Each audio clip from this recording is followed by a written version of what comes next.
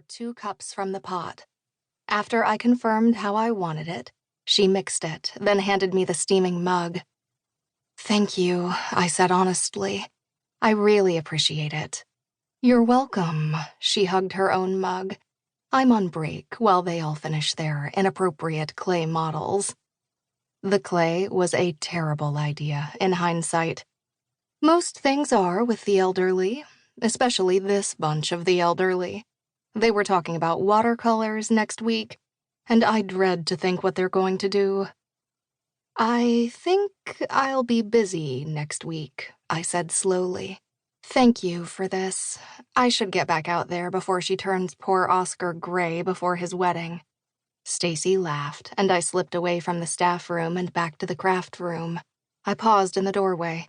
Grandma was arguing with Rosie again, not that there was any change with that, and everyone around them was shaking their heads at them. "Oh, give it a rest," Leonard finally said. "Not only are you making grotesque examples of genitalia, you're ruining the session for everybody. If you can't behave, I'll have to insist that you don't join us."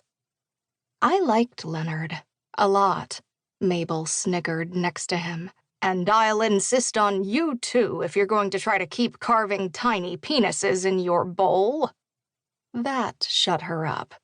He might have been her boyfriend now, which was a weird thing to think about them, but he still wasn't going to put up with her shit. And amen to that. "Oh, Jesus Christ." I jolted at Colton's voice. "What are you doing here?" He met my eyes with a wry smile. "My grandfather lives here." "I know that, but I thought you were working today." "I am. That didn't stop my sister sending me with a bag full of things from her new greenhouse, though, did it?" He raised the bag as if to punctuate his point. "She was on her way over here, and there was an emergency at the bookstore." "What happened? Did a cover bend?" "Probably, knowing them." He shrugged one shoulder. "So I said I'd bring them over. What the hell are they doing in there?" "They're having a clay class. And making inappropriate body parts." I shuffled back into the main area with my coffee. "I think I'm done here for the day." "Shouldn't you be working?" Colt asked, following me. I nodded. Mom had something come up, so she asked me to come. 3rd time this month. He joined me on the sofa, setting the bag of groceries down on the table in front of us. "Sorry, she's been flaking a lot on you lately." I made a noise that I hoped was a sign of agreement. My relationship with my mother was somewhat contemptuous, as was hers with Grandma.